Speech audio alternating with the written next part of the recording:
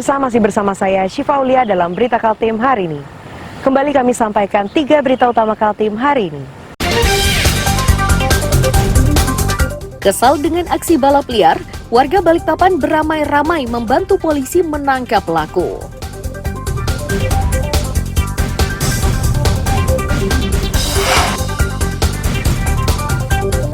Puluhan pemilik ruko di Pasar Pagi Samarinda resah menyusul pernyataan wali kota terkait hak asasi.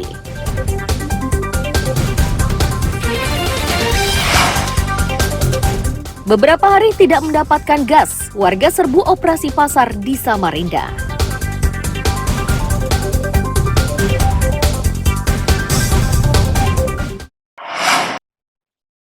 Saya bilang jangankan tanah, hak asasi bisa dirampas oleh negara.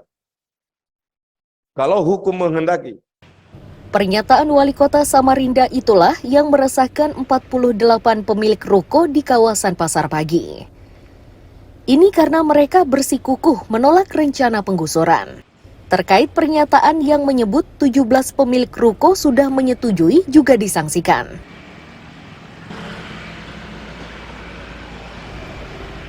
Ada sejumlah alasan sehingga mereka menolak penggusuran. Di antaranya karena pemilik lahan tidak pernah dilibatkan dalam diskusi terkait rencana perluasan Pasar Pagi. Selain itu, lahan tersebut dibeli dengan perjuangan berat dan membutuhkan waktu bertahun-tahun. Mereka khawatir penggusuran itu menyebabkan usahanya tidak berkembang.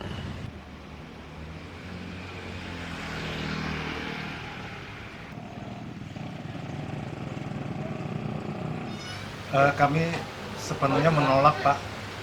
Karena apa? Karena tidak ada pembicaraan sebelumnya untuk membongkar ini, Pak. Gitu. Jadi bagaimana kita yang sudah berusaha lama di sini nggak ada dilibatkan sama sekali pembicaraan, kemudian nanti bakal kita bongkar. Apakah adil itu, Pak? Gitu. Keberatan kah? Sangat keberatan. Sangat keberatan. Katanya warga sini mendukung. Waduh, yang mana Pak yang mendukung? Saya mau tanya, ini tanah kepemilikannya statusnya apa ini? Hak milik. Hak milik. Hak milik. SHM. Iya, SHM. Sertifikat. Iya, sertifikat. Dibuat tahun berapa itu? Ini sudah tahun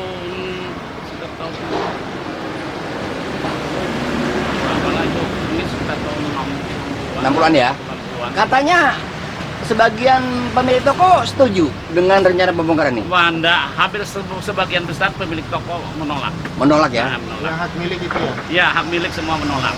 Ada berapa toko, Pak? 48 toko, bangunannya? ya. Hak milik semua. Itu semuanya menolak? Menolak semua. Itu katanya kemarin menerima? Nah, itu kan dari omongan Petkop. Oh. Kalau dari warga sini enggak ada, boleh Bapak cek dulu, cek yang mana yang benar, ya kan? Meski bersikukuh menolak penggusuran, namun para pemilik ruko ini sangat mendukung renovasi Pasar Pagi. Itu dimaksudkan agar kondisi pasar lebih bagus dan bersih. Amir Hamzah melaporkan dari Samarinda.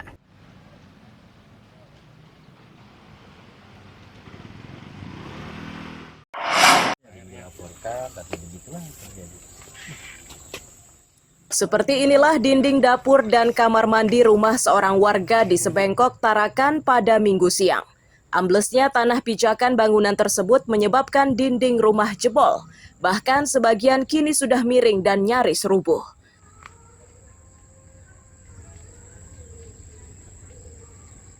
Suwarti pemilik rumah menyebut pergerakan tanah ini sudah berlangsung lama dan puncaknya terjadi Minggu siang.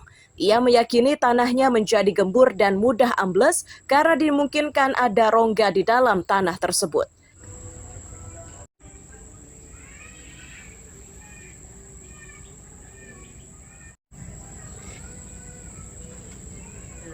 Itu ada suara-suara gitu atau gimana? Nggak ada, tahu-tahu langsung berak begitu aja.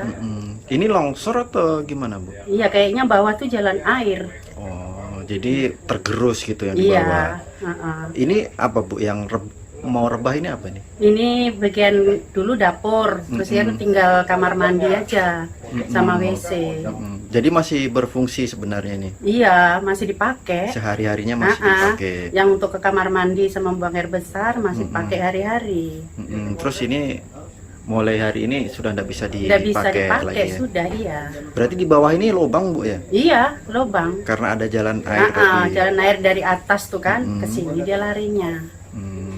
Bu, ini kan sudah mulai ditangani oleh BPBD. Harapan Ibu sendiri apa ini Bu?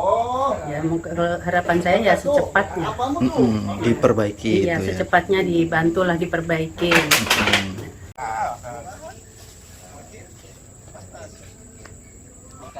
Saat ini sejumlah petugas sudah disiagakan. Suwarti meminta petugas untuk memeriksa kondisi tanah di lingkungan tempatnya tinggal.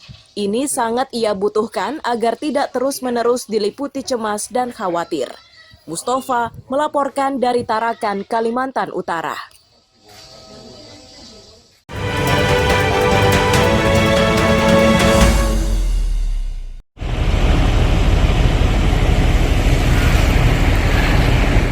Sejumlah alat peraga kampanye atau APK yang dipasang di Jalan Diponegoro, Kelurahan Sebengkok, Tarakan rusak.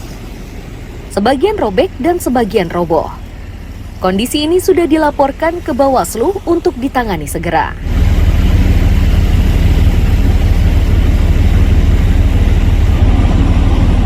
Anggota Bawaslu Andi Muhammad Saifullah mengaku masih menyelidikinya. Ia memastikan ancaman pidana terhadap pelaku sudah diatur jelas. Ia menyatakan jika perusakan alat peraga sengaja dilakukan oleh seseorang, maka pelaku terancam hukuman 2 tahun dan denda 24 juta rupiah.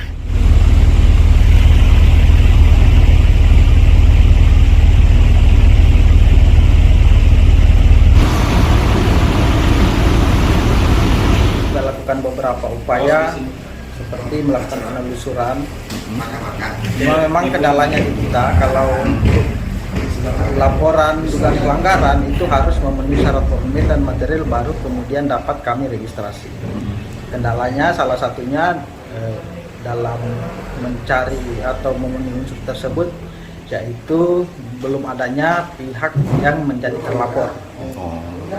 Kalau untuk pelaku sendiri Pak, itu bisa dipidana atau gimana Pak kalau seandainya ketemu pelaku perusakan? Ya, kalau sesuai dengan ketentuan dalam pasal 280 di ayat 1 poin G, itu salah satunya dilarang melakukan perusakan dan penghilangan alat peraga kampanye pemilu. Nah, itu ketentuan pidananya ada di pasal 521, yang mana pelanggaran terhadap pasal 281 ayat G tadi dapat dipidana penjara kalau terbukti ya, maksimal 2 tahun dengan denda 24 juta.